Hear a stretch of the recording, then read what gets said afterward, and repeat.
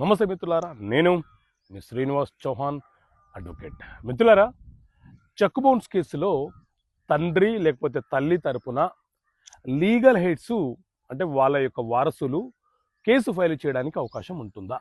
So మిత్రులారా, సాధారణంగా check bounce కేసులు అనేవి NI act, negotiable instrument act ప్రకారంగా మనము న్యాయస్థానంలో ఫైల్ చేస్తుంటాము. అయితే ఎవరైతే చెక్కు తీసుకున్నాడో ఆ వ్యక్తి తనకు నష్టం జరిగిందని, చెక్ ఇచ్చిన వ్యక్తి మోసం చేశాడని, తన వద్ద ఉన్న చెక్కుని బ్యాంకులో ప్రజెంట్ చేసి బ్యాంకు నుంచి ఒక రిటర్న్ మెమో తీసుకొని చెక్ బౌన్స్ కేసు ఫైల్ చేయవచ్చు.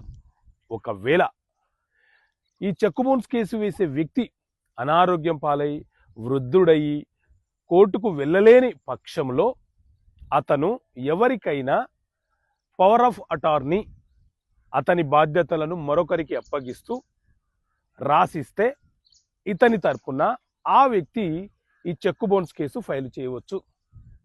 కానీ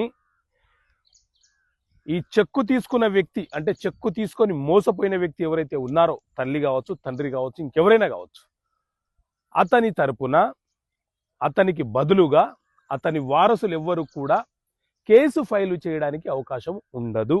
కానీ ఒకవేళ తల్లి లేకపోతే తండ్రి already check bounce case file చేసిన తర్వాత కేసు నడుస్తున్న క్రమంలో అనారోగ్యం పాలైపోయి లేకపోతే అకస్మాత్తుగా మరణిస్తే ఆ తర్వాత వాళ్ళ లీగల్ హెడ్స్ కొడుకు, కూతురు, కుమార్తెలు ఎవరైనా సరే వాళ్ళు ఆ కేసును ముందుకు తీసుకెళ్ళవచ్చు. ఆ సందర్భంలో ఆ కేసును వాళ్ళు ప్రొసీడింగ్ చేసే వెసులుబాటు వాళ్ళకు ఉంటుంది. ఓకే మిత్రులారా, థ్యాంక్ యూ. జై హింద్.